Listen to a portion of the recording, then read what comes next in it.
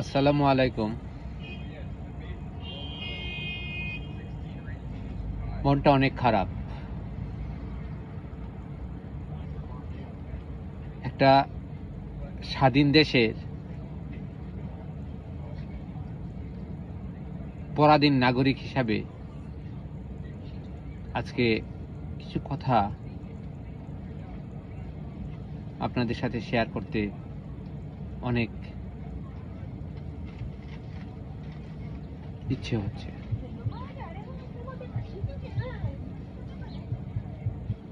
স্বাধীনতা সংগ্রাম আমরা দেখিনি,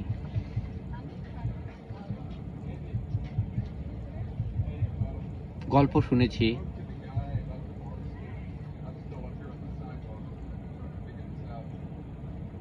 আমার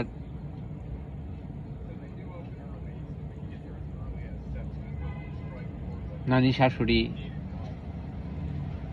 আমার শ্রদ্ধেয় চাচাতো বড় ভাই,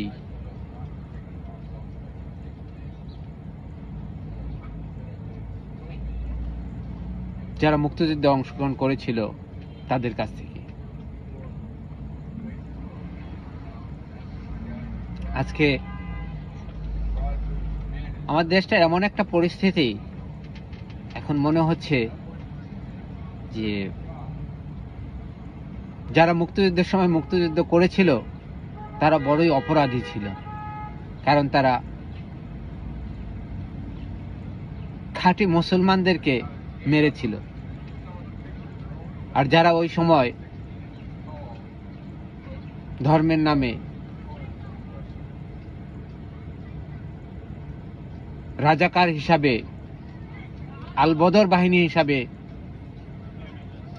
কাজ করেছিল, তারা আজ সমাজে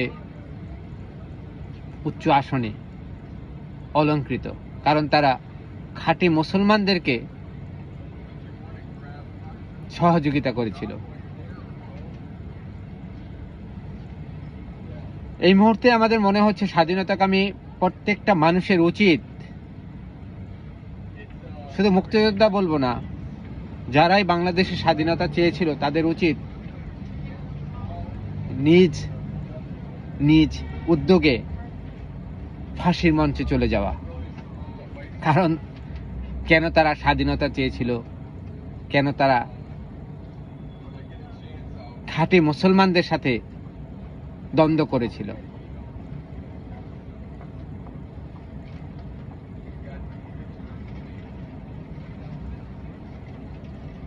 বাংলার মানুষ অনেক অসহায়, তারা একটু ভালো থাকতে চায়, সে আশায় তাদের জীবন দিতেও তারা দ্বিধাবোধ করে না। ৭১-এর মুক্তিযুদ্ধ, তারপর ঘটে যাওয়া বাংলাদেশে বিভিন্ন গণ অভ্যুত্থান, ২৪-এর আন্দোলন কখনো এক হতে পারে না। আজকে ২৪ নিয়ে যারা কথা বলে, ২৪-এ ঘটনায় যে সমস্ত বাংলাদেশের শুভাকাঙ্ক্ষী নাগরিকগণ আত্মত্যাগ করেছে, আহত হয়েছে, নিহত হয়েছে, তাদের প্রতি কি আমরা সঠিক বিচার করতে পেরেছি? পারিনি। যদি সঠিক বিচারই করতে পারতাম, তবে কিছুদিন আগে ৪ জন আহত ২৪-এর যে সংগ্রামী ভাই একসাথে বিষ পান করতে যেত না।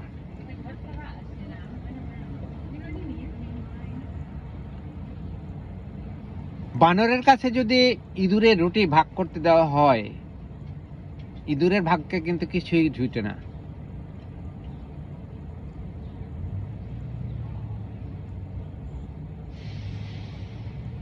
আমি জানি আমার এই কথাগুলো অনেকের ভালো লাগবে, অনেকের ভালো লাগবে না।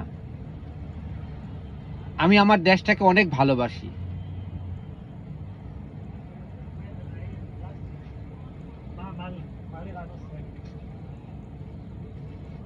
প্রত্যেকটা রাজনৈতিকবিদদের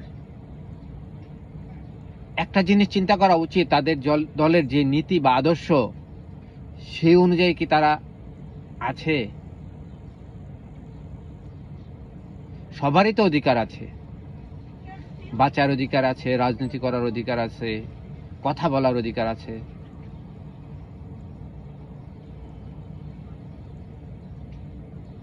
স্বৈর শাসক বা স্বৈরাচার অথবা বর্তমানে যে হাসিনা সরকার দেশ থেকে পালিয়েছেন তাকে যে ফেসিবাদ বলা হয়,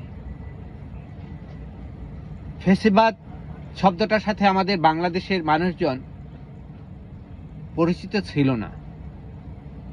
বর্তমান যে সিচুয়েশন, এই অবস্থাতে মানুষ বুঝতে পেরেছে হোয়াট ইজ দ্য ফেসিবাদ।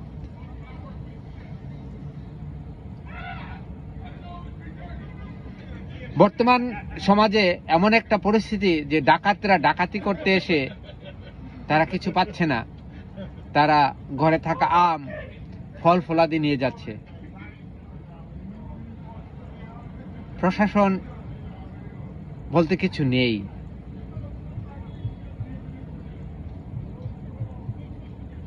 যারা বর্তমানে ক্ষমতায় আছেন তারা মনে করছেন তারা মনে হয় দেশটা অনেক উন্নয়ন করে ফেলছে। সংস্কার এটা তো একটা চোখের ধুলা।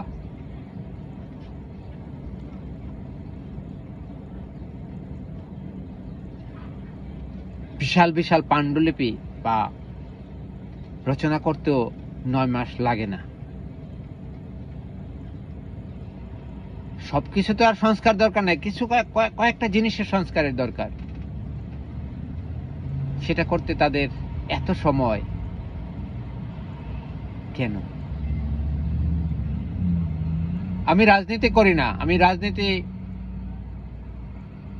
করতেও চাই না, কারণ রাজনীতির মধ্যে কোনো ধরনের যে রাজকীয় নীতি বা আদর্শ ছিল তা নেই।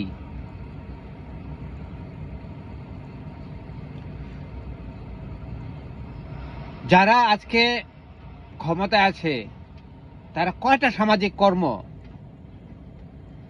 মানুষের উন্নয়নের কাজে এগিয়ে এসেছিল? আসেনি। টিভির টক শোতে বলেন বা বিভিন্ন যারা মত প্রদর্শন করছেন, সাংবাদিক যারা আছেন, তাদের মধ্যে কিন্তু একটা কথা সবসময় শোনা যায়, যারা আছেন তারা বেশিরভাগই দেশের বাইরের নাগরিক। দেশের বাইরের নাগরিক কখনো দেশটাকে তার মায়ের মতো করে ভালোবাসতে পারে না।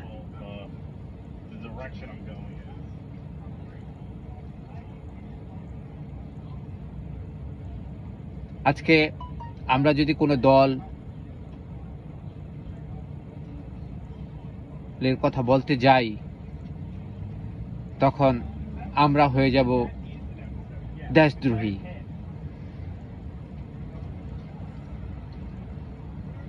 আমি ভালো জিনিস করলে, আমি যদি মানুষের মঙ্গল চাই, মানুষ তো আমাকে এমনিতেই রাখবে।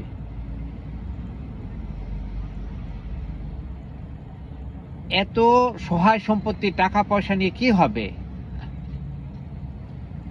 আমাদের পূর্ববর্তী রাজনৈতিক দলগুলোর প্রত্যেকের দিকে তাকালে দেখা যায় তারা অর্থ প্রতিপত্তির দিকে যেভাবে নেশাগ্রস্ত ছিল তাই তাদের পতনও হয়েছে। আমাদের একজন উপদেষ্টা বলেছেন অমুক দল দুধে দেওয়া তুলসী পাতা নয়। তাদেরকেও এই কথাটা চিন্তা করতে হবে। তারাও কিন্তু একটা ক্ষমতার আসনে এখন বসা, তারাও কি দুধে দেওয়া তুলসী পাতা?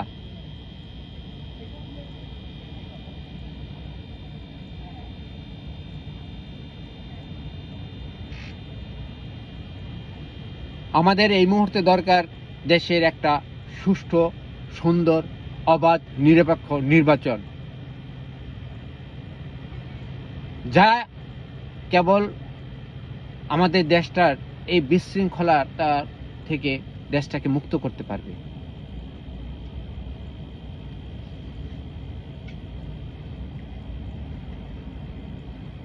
রাজ্য চালানো রাজনীতিবিদদেরই অধিকার। এর বাইরে যদি কাউকে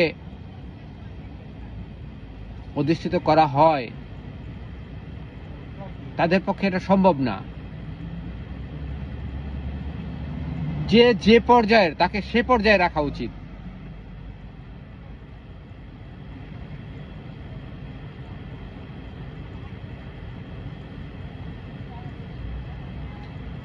কামারকে দিয়ে তো আর স্বর্ণের দোকানের কাজ করানো সম্ভব না। তাই আমাদেরকে সঠিক সিদ্ধান্ত নিতে হবে।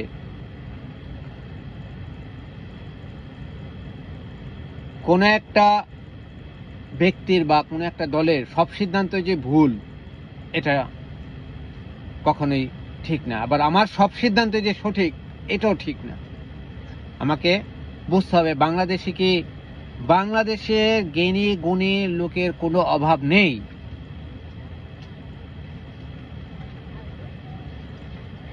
আমরা যারাই ক্ষমতায় গিয়ে বসি, তারা সবাই কেন যেন অন্ধ হয়ে যায়।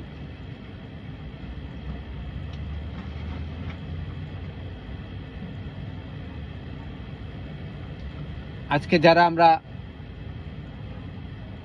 প্রবাসে থাকি, তারা আজকে বাংলাদেশে যেতে চাচ্ছি না। কারণ অরাজকতা, অনিয়ম, বিশৃঙ্খলতা, ন্যায় অন্যায়ের কোনো ভেদাভেদ নেই। অন্যায়কারীরা আজকে সমাজে অনেক উচ্চ আসনে বসে আছে। আমার কথাগুলোর মধ্যে কোনো ধরনের ভুলভ্রান্তি থাকলে আপনারা অবশ্যই ক্ষমা করে দিবেন। কারণ আমরা একজন প্রবাসী হিসাবে দেশটাকে অনেক ভালোবাসি। আমাদের রক্ত ঝরানো পয়সা আমরা দেশে পাঠিয়ে দেশটার উন্নয়ন করতে চাই। দেশটার উন্নয়ন মানে তো এরকম না যে আমি দেশটার পুরাটা, আমি আমার সমাজের, আমার সংসারের, আমার পরিবারের লোকদের উন্নয়ন মানে তো বাংলাদেশের উন্নয়ন। আমি একজন প্রবাসী, আমার পরিবারের উন্নয়ন করলাম, আপনি আপনার করলেন, আপনি আমার প্রতিবেশী, তার মানে কি আমাদের সমাজটার উন্নয়ন হলো।